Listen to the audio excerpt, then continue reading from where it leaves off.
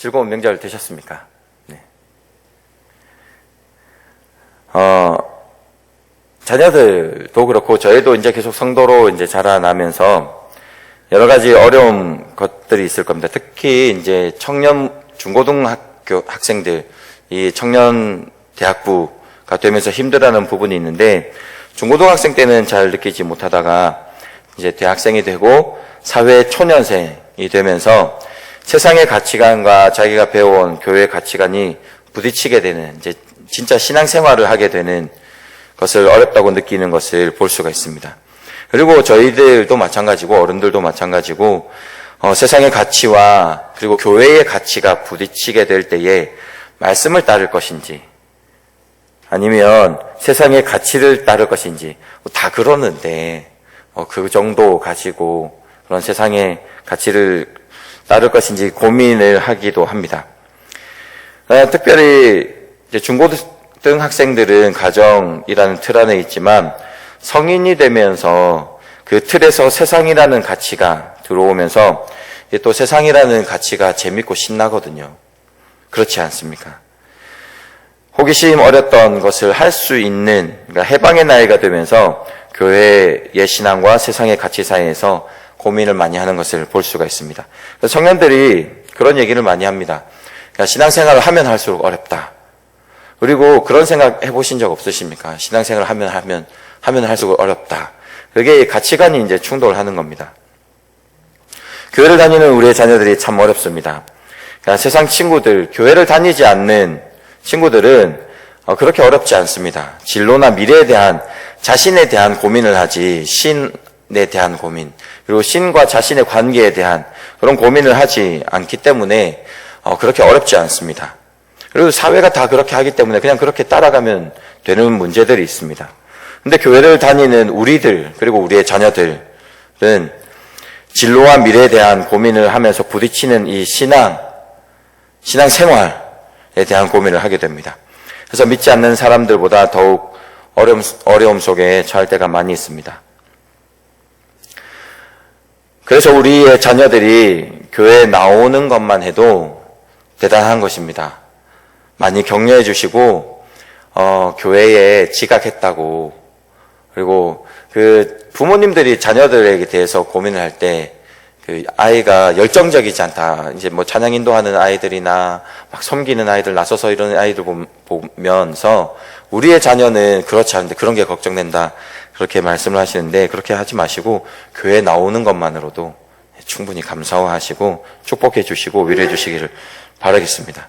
네. 외치 하면서 도장을 찍은 겁니다.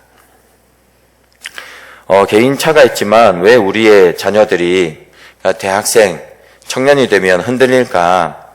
우리의 삶도 마찬가지죠. 어느 순간부터인가 흔들릴 때가 있습니다. 신앙인으로 잘 살아가다가도 깊이 흔들리면서 헤어나오지 못할 때가 있습니다. 왜 그럴까? 그것은 라인이 분명하지 않아서 그렇습니다.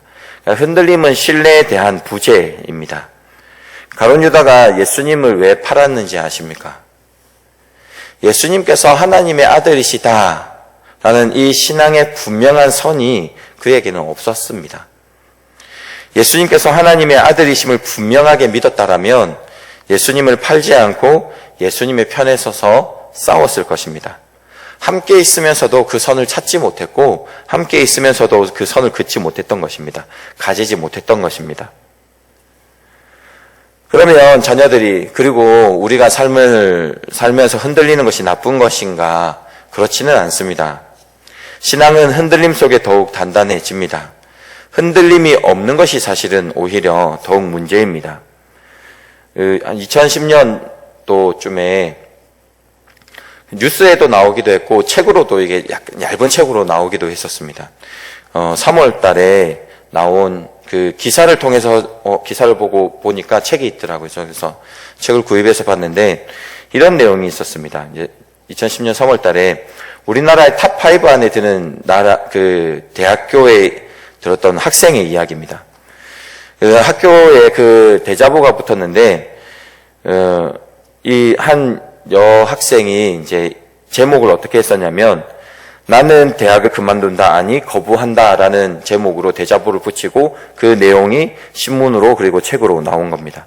그 내용을 조금만 읽어드리면, 오늘 나는 대학을 그만둔다, 아니 거부한다. G세대로, 그때 당시에 글로벌 세대라고 해서 유행을 했었거든요. G세대로 빚나거나 88만 원 세대로 빚내거나, 그 당시에 대학생들이 아르바이트를 하고 뭐 이래도 88만 원밖에 안 되는데 그걸 가지고 생활하기 어렵다, 이런 뉴스들이 있었거든요. 그러니까 이런 양극화 틈새에서 불안한 줄타기를 하는 20대, 나는 25년 동안 경주마처럼 길고 긴 트랙을 질주해왔다. 우수한 경주마로, 그러니까 우리나라의 우수한 대학에 이제 입학한 학생이니까 이렇게 얘기했습니다. 우수한 경주마로 함께 트랙을 질주하는 무수한 친구들을 제치고 넘어뜨린 것을 기뻐하면서 나를 앞질려 달려가는 친구들 때문에 불안해하면서 그렇게 소위 명문대 입학이라는 첫 관문을 통과했다. 큰 배움도 큰 물음도 없는 대학 없는 대학에서, 대학이란 큰 학문, 이걸 말합니다. 큰 학문이 없는 대학에서 나는 누구인지, 왜 사는지, 무엇이 진리인지 물을 수 없었다. 공부만 잘하면 모든 것을 용서받고 경쟁에서 이기는 능력만 키우며 나를 값비싼 상품으로 가공해온 내가 이 체제를 떠받치고 있음을 고백할 수밖에 없다. 그리하여 오늘 나는 대학을 그만둔다, 아니 거부한다. 글 굉장히 잘 적죠. 네. 이 글을 읽으면서 참 글 필력이 대단하다라는 생각했는데, 들으시면서 좀 어떤 생각이 드셨습니까? 2010년 당시라서 이제 10년 전인데 그때나 지금이나 많이 달라진 건 없다라는 생각을 하게 됩니다. 당시에 읽었을 때는 좀 많이 아쉬웠었습니다. 그래도 힘들게 들어간 대학인데, 그러니까 우리나라에서 탑 5면 그래도 수재라는 이야기를 듣고 잘하지 않았을까. 그러니까 힘들게 들어간 대학인데 이 학생이 3학년이었었거든요. 그래서 남은 2년만 어떻게 해서든 잘 견디면 변화를 가져오고 또한 2년 뒤면 졸업해서 또 다른 여러 가지의 선택할 수 있는 길들이 있을 텐데 조금만 버텼으면 했는데 이제 자퇴를 했습니다. 많이 안타까웠는데 만약에 제가 곁에 있었던 당시에 이제 교육자라면 아마 잘 버텨봐라라고 했을 것 같습니다. 근데 이 청년이 왜 그랬을까? 이 청년이 글에서 보면 느끼는 것이 무엇이냐면 흔들려 본 적이 없는 겁니다.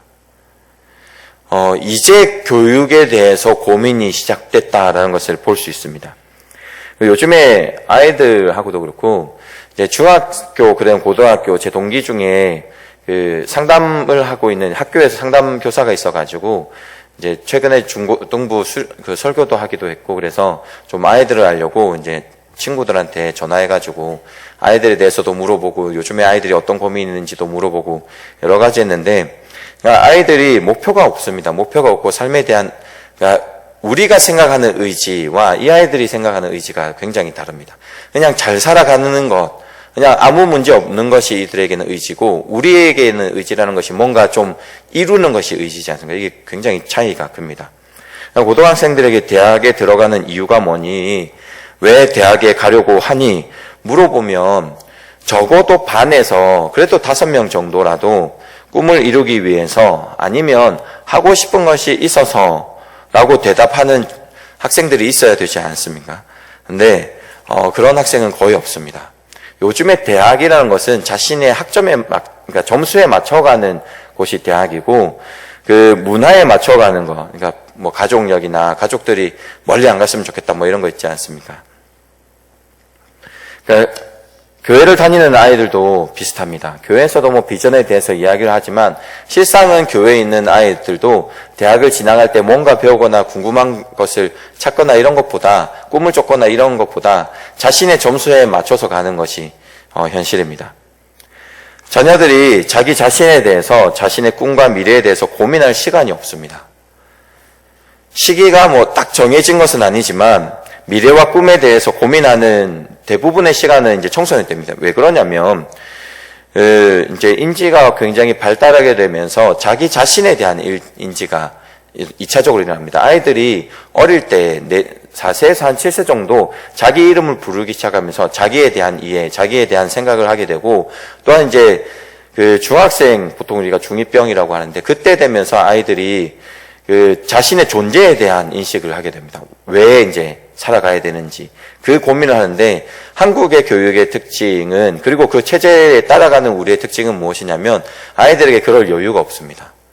하늘을 바라보고, 또 멍도 좀 때리고, 뭐 때로는 좀 시간의 여유들을 가지면서 어떻게 살아가야 되는지 깊은 그런 것보다는 이제 아이들은 고개를 숙이고 문제 푸는 것이 급급합니다. 얼마만큼 문제를 많이 풀었느냐, 얼마만큼 그 문제집을 많이 내가 봤느냐. 이것이 이 아이의 미래와 성공에 좌우된다라고 생각을 하고 있고, 그렇기 때문에 고민은 잘 하지 않습니다.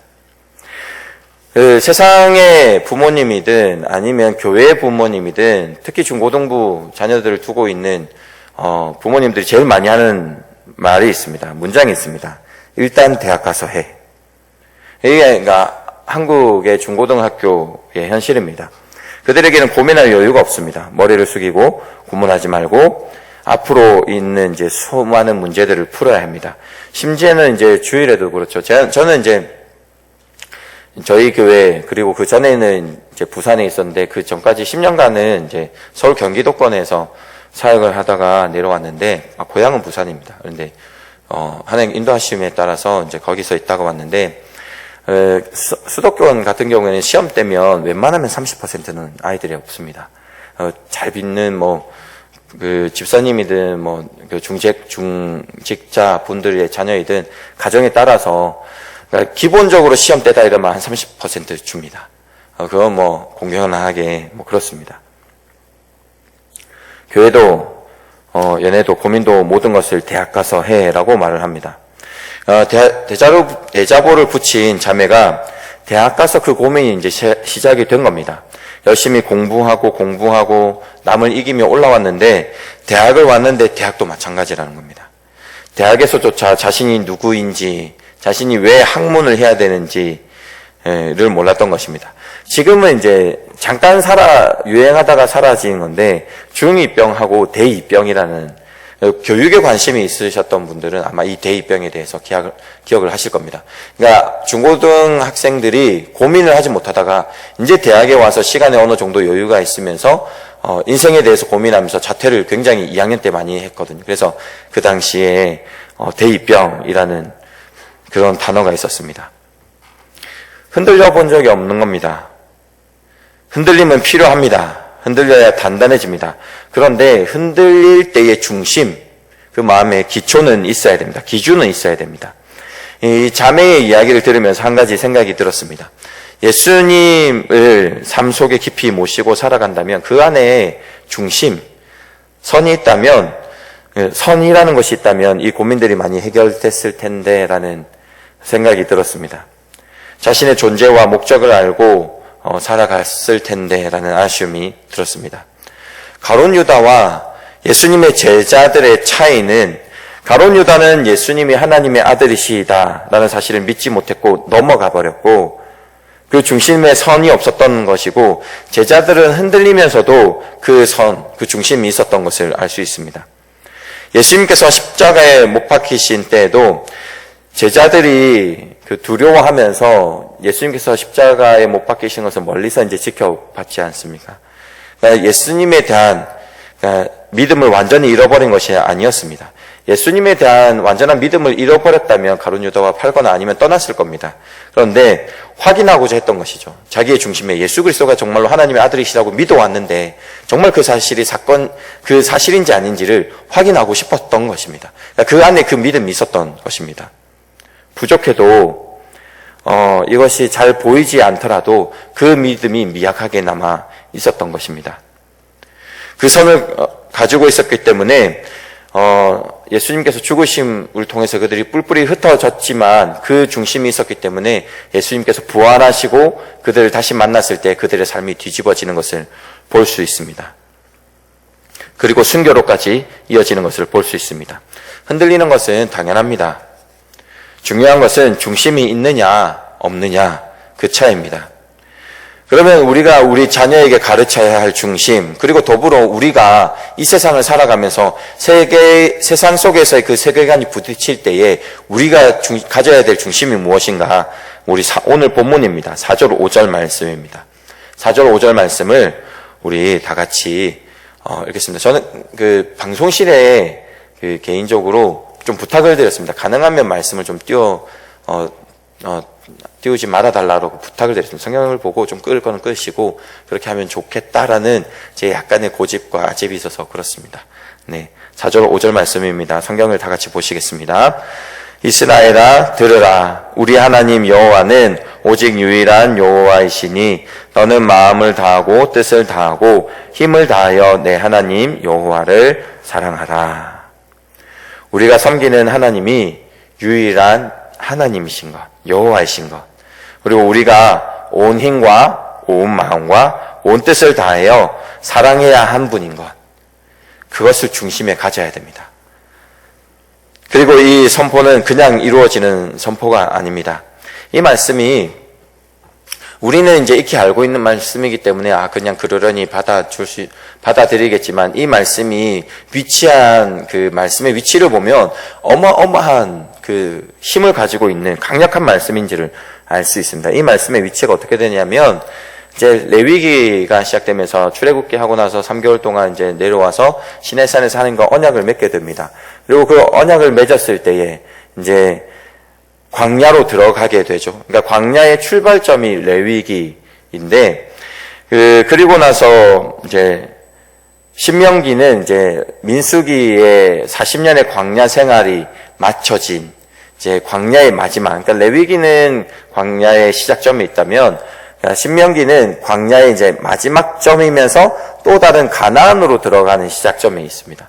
근데 이게 제가 왜 이 말씀을 드리냐면, 신명기의 말씀은 레위기의 말씀의 반복입니다. 그래서 언약의 갱신이라고 하는데, 자동차 보험 갱신하지 않습니까? 그죠? 그러니까 그것은 이미 계약된 것을 다시 한번 재계약하는 거거든요. 레위기의 말씀, 광야에 시작됐던 말씀이 다시 한번 재반복된다라는 겁니다. 그 재반복되는데 1장에서 4장까지는 그 광야 생활을 하면서, 민수기에서 광야 생활을 하면서 실패했던 3가지의 이야기가 있고, 그다음에 5장부터 이제 본격적으로 레위기가 반복되고, 그다음에 뒤에는 레위기에는 없던 말씀이 이제 또 반복되는, 레위기에 없었던 말씀이 선포되는 그 가운데 있는데, 레위기의 말씀이 선포되는 그 시작점에 이 말씀이 있습니다.